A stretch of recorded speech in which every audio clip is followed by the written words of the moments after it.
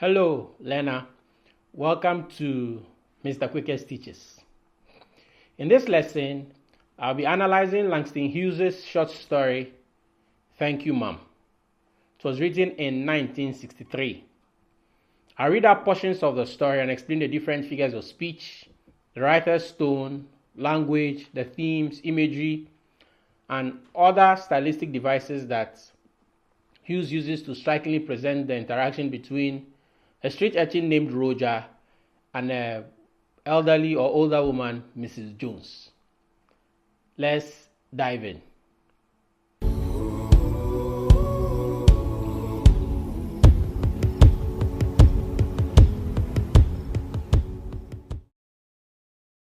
Let's begin by speaking about the author, Langston Hughes. He was born on February 1st, 1901 and died on May 22nd, 1967. He was an African-American novelist, playwright, and social activist. He is also regarded as the leader of the Harlem Renaissance. In Thank You, Mom, that's a short story, he powerfully presents the interaction between a street urchin named Roger and an older woman, Mrs. Jones, with a moving conclusion. 1963, the year the story was penned, was a time of racial tensions and civil rights marches in America. So think about people like Martin Luther King Jr. So that was like the height of the civil rights marches to ask for the freedom of blacks in America. Hughes employs vivid visual imagery to make the introduction arresting. So the introduction is quite arresting. Let me read the first two sentences. She was a large woman with a large purse that had everything in it but hammer and nails. It had a long strap and she carried it slung across her shoulder. So, that's how it was. And then the third sentence says it was about 11 o'clock at night, dark, and she was walking alone, when a boy ran behind her and tried to snatch her purse. So we see that this is vivid visual imagery in introduction. So the description of the female character as a large woman shows that she had an imposing presence, while 11 o'clock at night, dark, provides details about the setting and how late it was. Also, the details she was walking alone shows that the woman was unaccompanied and had no protection. Now, one of the things we are going to see is that Hughes uses startling violence or action to drag the reader in. And we see that when it says the strap broke, so the boy tried to snatch the purse, the strap broke. With a single tug, the boy gave it from behind. But the boy's weight and the weight of the purse combined caused him to lose his balance. So we see that one of the things that Hughes uses is startling action, seen in the boy's fall after he tried to rob the lady of her purse.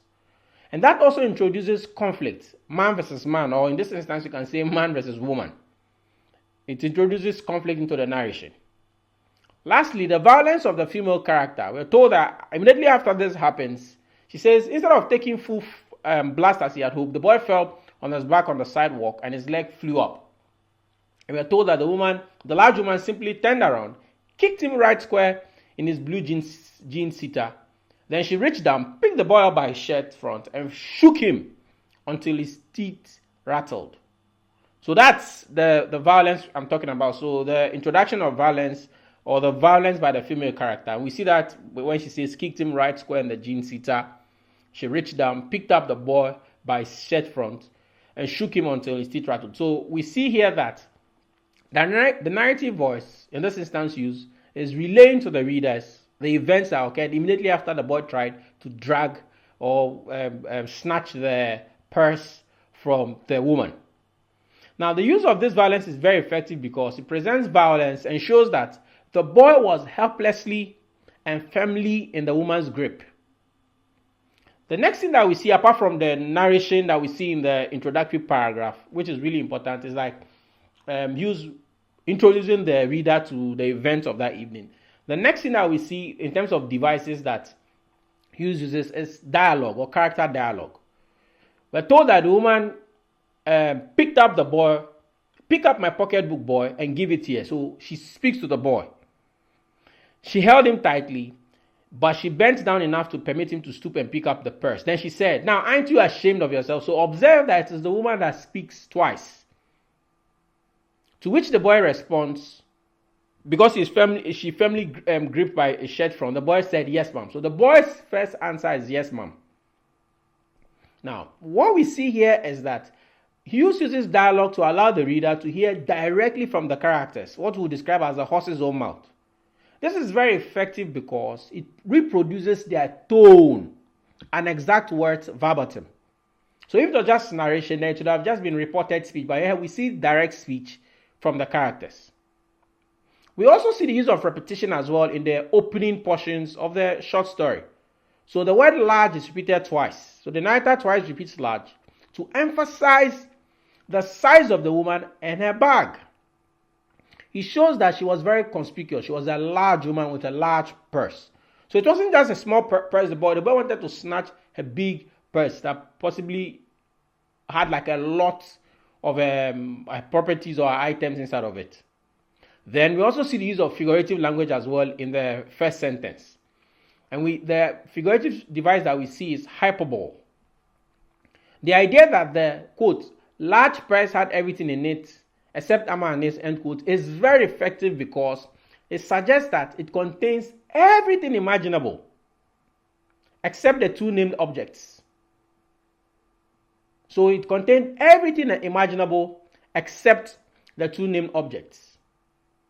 Now, another thing that we also see in the introductory portions of the short story is the language or the diction that the characters use. And this is very useful because the reader sees that the characters are speaking rather informally to each other. The woman says ain't, for example. The boy says yes, ma'am, for example. We see that those are contractions. So the reader sees that the character's language is very informal. This is evidenced by the contractions ain't, didn't, yes, ma'am, etc. And the use of African American colloquialism. So the boy says, for example, that I didn't aim to. So, I mean, in maybe normal English, you would have said, I didn't, that's not what I planned to do, or that's not what I wanted to do. But it says, I didn't aim to. And we are told that the woman describes him as, you a lie, and turn you loose. So all of these words and phrases injects into the narration African American colloquialism. And so this tells us that the boy is African American and the woman is also African American as well. Now, in the early dialogue between the boy and the woman asks the questions. This shows her dominance. So she asks him, for example, if I turn you loose, will you run? So that shows her dominance. And we also see that the boy also answers with short sentences. Yes, ma'am, said the boy. Then she says, then I won't turn you loose, said the woman. She did not release him. And the boy says, lady, I'm sorry. And your face is dirty. I got a great mind to wash your face for you. Ain't you got nobody at home to tell you to wash your face? No, ma'am, said the boy. Then it will get washed this evening, said the large woman, starting up the street, dragging the frightened boy behind her. So what we see is that the woman is the one that asks the questions. Will you run if I turn you loose? Why is there nobody at home to tell you to wash your face? These are questions. So it shows a dominance. While the boy's answer with short sentences shows that he wants the interactions to be very brief. The boy begins by lying when he's asked why he tried to snatch the bag. He says, I didn't aim to. Before truthfully answering, yes, ma'am, when she asked him if he would run off if she sets him loose. This makes him come across as a truthful thief. He is also very quick to apologize. Lady, I'm sorry for the attempted robbery. Now, one of the things I observed as I read the short story is the motherly qualities that is presented of Mrs. Jones. So when she looks at the boy, she says, your face is dirty. I got a great mind to wash your face for you. The first thing that Mrs. Bates observed about the boy was his dirty face. She remarked, and your face is dirty, before declaring, I've got a great mind to wash your face for you. Before adding, then it will get washed this evening. Her words show that she's tough but motherly. So her attitude towards the boy is motherly. She doesn't treat him like a full-blown criminal. The second thing that Mrs. Jones decided to do was to the boy was to feed him. So we see that here. When she says, the woman said, you ought to be my son. Now note the use of the word son there. She uses it multiple times in the short story. I'll teach you right from wrong. Least I can do right now is to wash your face. And then she asked him, are you hungry? The boy says, no, ma'am, said the being dragged boy. Observe the use of being dragged to describe the boy. I just want you to turn me loose. And then she says, was I bothering you when I turned that corner? And asked the woman, no, ma'am. Now, we see here that she later on tells him here in this portion that, but you put yourself in contact with me, said the woman. If you think that contact is not going to last a while, you got another thing coming. When I get through with you, sir, you're going to remember Mrs. Lula Bates Washington Jones. Now, I'm going to come to this point a bit, but let's finish how some of the points that are presented in this portion of the story. The second thing that Mrs. Jones decided to do to the boy was to feed him. She asked him, are you hungry? Although he answered no, ma'am, she dragged him home with her, informing him, if you think that contact is not going to last a while, you've got another thing coming. However, the detail of the large woman dragging the frightened boy behind her creates vivid visual imagery that provides the reader a mind image of the glaring size difference between the two characters. So think of the woman as a very large woman, and then think of Roger as a small boy. In fact, we're going to see how the writer, that is Hughes, describes the boy in a bit. So there is a glaring size difference between them. Also, the description also emphasizes the total helplessness of the boy. The fact that the large woman was dragging the frightened boy behind also creates, emphasizes the total helplessness of the boy. Now, the next thing I want us to talk about is the point of view of the poem, of the short story, sorry. So the point of view is the limited third person narrator. And here, the narrator reveals the age of the boy. So we see that there when he says, he looked as if he were 14 or 15, frail and willow-eyed, in tennis shoes and blue jeans. His submission that the boy is 14 or 15, it shows that he's unsure, he's uncertain of the boy's age because he is a limited third-person narrator. He, however, provides visual imagery of the boy by describing him as frail and willow-eyed. Now, observe the words with which Hughes describes the boy, which presents the boy as sickly and extremely thin. His words makes the reader feel sympathy for the boy. He ends by providing visual imagery of the boy's shoe, saying he was wearing tennis shoes and blue jeans. So in my mind, I think that Hughes is sympathetic towards the boy because of the way he describes the boy, describing him as frail and willow-eyed. And I think that drawing from that, the reader too also feels a bit of sympathy for the boy because they think of him as like some sort of like a very young criminal or juvenile delinquent, somebody who is not violent, but somebody who just is trying to steal to survive. Remember, he says there is nobody home, and I think Hughes wants the reader to sympathize with the boy. Now, when it comes to the name of the lady, Mrs. Lula Bates Washington Jones, that's the full name. So Mrs. Jones mentions all her names to show her confidence and express her pride in her identity. So she's proud of her identity. Around this point, we are told that sweat popped out of the boy's face and he began to struggle. So he was trying to, free himself. Mrs. Jones stopped, jerked him around in front of her, put a half Nelson around his neck and continued to drag him up the street. When she got to her door, she dragged the boy inside, down a hall, and into a large kitchenette furnished room at the rear of the house. She switched on the light and left the door open. The boy could hear other roommates laughing and talking in the large house. Some of their doors were open too. So he knew he and the woman were not alone. The woman still had him by the neck in the middle of a room. So the wet sweat popped out of the boy's face reveals that the boy was uncomfortable with how he was held. His discomfort caused him to struggle to free himself. Mrs. Jones, however, strengthened her grip. She jerked him in front of her, put a half Nelson about his neck, and continued to drag him up the street. So think of it like they are going up the street, an elevation of sorts. Half Nelson provides vivid visual imagery of the stranglehold that the boy was under, and Mrs. Jones's hand around his neck, like a wrestler. So she didn't want him to escape at all. And he was also afraid of the fact that she was dragging him home. He was wondering why that was the case. Mrs. Jones had her hand around the boy's neck until they were in the middle of a room.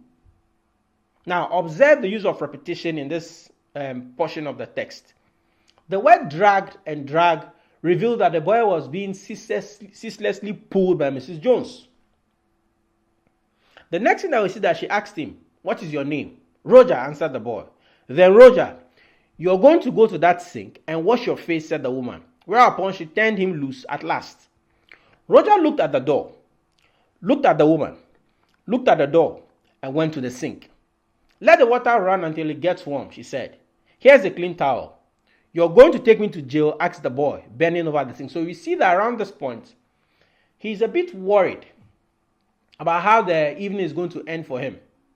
So when Mrs. Jones asked his name, he replied Roger. She then released him from a grip. That is, we are told that she turned him loose at last, which shows that he was in a grip for a very long time. Now, the narrator provides suspense by exposing Roger's dilemma, his thoughts, what Roger was thinking. He tells that Roger looked at the door, looked at the woman, looked at the door, and then decided ultimately to go to the sink, or went to the sink. This detail is striking because it shows that Roger considered running off before deciding against it. Again, how is this suspense strikingly presented? With repetition. So the narrator repeats, looked at thrice to show that Roger's eyes darted from the door. So he was thinking, should I escape? Why is the woman standing? Should I escape? Kind of. That repetition creates emphasis about how the dilemma in Roger's mind about the action that he should take. Here, the narrator juxtaposes the motherliness and concern of Mrs. Jones to Roger's fear/angst. So why she is saying that, okay, allow the water run until it is warm, and then here's a clean towel. Roger was thinking, are you going to take me to jail? So she directed him to get the water and wait until it gets warm before washing his face. She also handed him a clean towel. Roger was, however, filled with dread of being taken to jail. So he asked, "You gonna take me to jail?" So we see again the African-American colloquialism and the fact that the characters were speaking to each other rather informally. Hello, learner. I hope you've enjoyed the lesson so far. This is a sample analysis of this short story. To purchase the full analysis of this short story or the entire 10 short stories in your collection, visit mrquickesteaching.com. There you have access to the passage-based questions and also general questions and elements of literature in each of the short stories. See the purchase links in the description below. See you in class.